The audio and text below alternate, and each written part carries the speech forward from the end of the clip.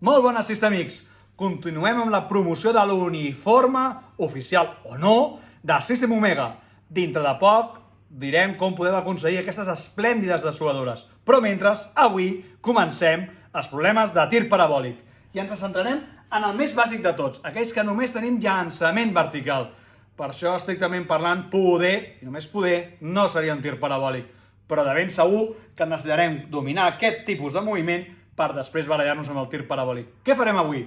Tenim un personatge que llença un objecte cap amunt a una velocitat inicial que, degut a l'acció de la gravetat, sabem que acabarà baixant. Què us demanem? A quina altura màxima arribem i a quina velocitat el veurà passar un personatge que es trobi més a baix de l'inicial. I, òbviament, abans de saber com ho resolem, us subscriviu al canal, li doneu el like i ara sí, anem a veure com resoldre el llançament vertical.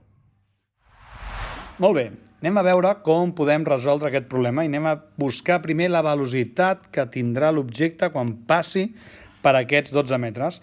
Ja que em demanen la velocitat, anem a escriure les dues equacions, la de velocitat i després la de posició, ja que són les dues nostres. Si fem la velocitat, serà la velocitat inicial, que seran 80, menys l'acció de la gravetat, que és una acceleració coneguda que us l'ha de saber de memòria pel temps. I després tenim la de la posició, que també és la mateixa. Serà la posició inicial, en aquest cas 25 metres, més la velocitat inicial, que són aquests 80 metres per segon pel temps, menys un mig de la gravetat per t al quadrat. O podem posar menys 4,9?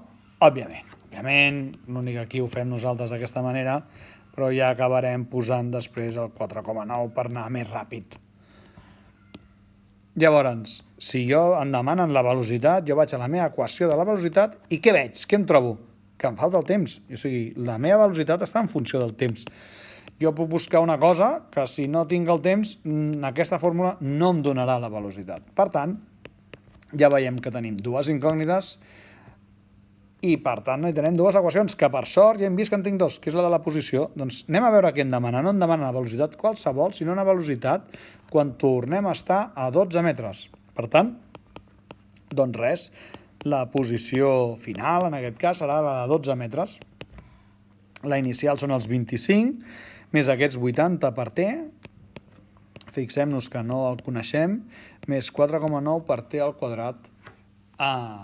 Llavors, anem a resoldre. Això és una equació de segon grau, que si la plantegem passarem el 12 a l'altra banda, ens quedarà 13 més 80t menys 4,9t. Si sou dels que us fa ràbia treballar amb una A en negatiu, canviem tot de signe, però alerta, està ordenat al revés. El 13 és la C, el 80 és la B i el menys 4,9 és la A. No feu com alguns alumnes que la A és la primera cosa que em trobo. No és el cas. Plantegem i resolem, no ho farem, nosaltres la plantejarem només, i el tema càlculs ja us apanyeu una mica vosaltres, que ja sou espavilats. Però tindrem aquest 80 al quadrat, aquest menys 4 per 4,9, que és la menys per 13. Com que tenim un menys, fixeu-vos, tenir aquest menys segur que tindrà solució i per tant podrem resoldre. Això ens donarà que la T serà igual a 16,48. Em quedo només el resultat positiu. I aquí hem d'anar alerta, el denominador és negatiu.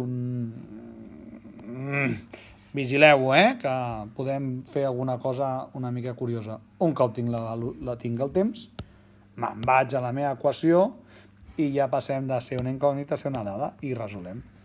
No es deixem d'estar fent un sistema. El que passa és que en comptes de resoldre'l pel mètode que sigui, és encadenat, que en diem.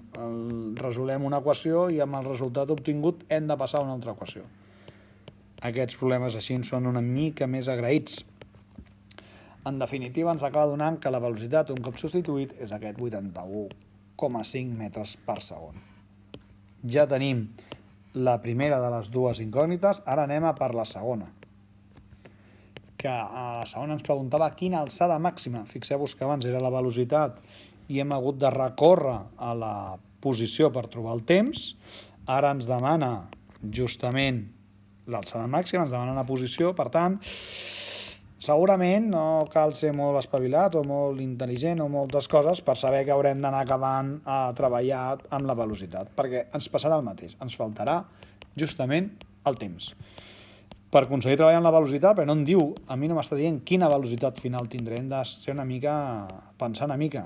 Quina serà l'alçada màxima a la que arribi? Quan la seva velocitat sigui 0, quan ja no tiri cap amunt, deixarà de tirar cap amunt quan ja no tingui velocitat. En aquell precís instant serà la seva alçada màxima. Per tant, això se'n diu condició, no? La condició de l'alçada màxima és que la velocitat final sigui 0. Fixem-nos que abans sí que ens deia que la posició final havia de ser 12 metres, però no hi ha manera de tenir una condició com aquesta, a mitja alçada. Però aquí sí, alçada màxima, la velocitat ha de ser 0. Doncs anem a l'equació de la velocitat, aquest 80 menys 9,8t, i sabem que la final és 0. Si resolem això ràpidament, fixeu-vos, l'equació de primer grau, nivell P3, tenim que el temps és de 8,16 segons. I un cop tenim el temps, anem a buscar la i amb l'equació de la posició, que serà aquests 25 metres més 80 per 8,16 menys 4,9 per 8,16 al quadrat. I això ens dona una posició final, una animalada, Avisem que aquí la velocitat és de superheroi, com a mínim, de 351,53 metres. I hem vist, com a resum, quan em falta una incògnita, en cada una vaig a buscar l'altra equació, la dada que em falta. D'acord? Doncs esperem que us serveixi. Molt bé, ja hem vist com resoldre'l. Dues equacions sempre, una per la posició, una altra per la velocitat. Recordeu, ens anem vertical, teniu el detall de posar una i, no una x, si us plau. Quines condicions tenim per cada un dels problemes? Per trobar aquesta velocitat, el que necessito saber és el temps que trigo en arribar fins aquí. Per saber el temps que trigo per arribar fins aquí, ho hem de fer amb la posició. Equació de segon grau, la a negativa, anem en compte i trobem el temps. 16,48. Un cop tenim el temps, vaig a la velocitat i trobo a quina velocitat anirem. Menys 81,5. Fantàstic, metres segon. Genial. Què passa amb l'alçada màxima? Fem al revés. La condició me la donarà la velocitat, perquè si jo anés a la posició, trobaria falta el temps. Per tant, a la velocitat em donarà el temps, perquè serà quan arribem a velocitat 0. Un cop tenim aquest temps, substituïm a la posició i trobem que hem llançat l'objecte a 350 metres i una mica més, gairebé res, a la cantonada. I com diu el mestre, sempre hipotenuses, nunca catetos.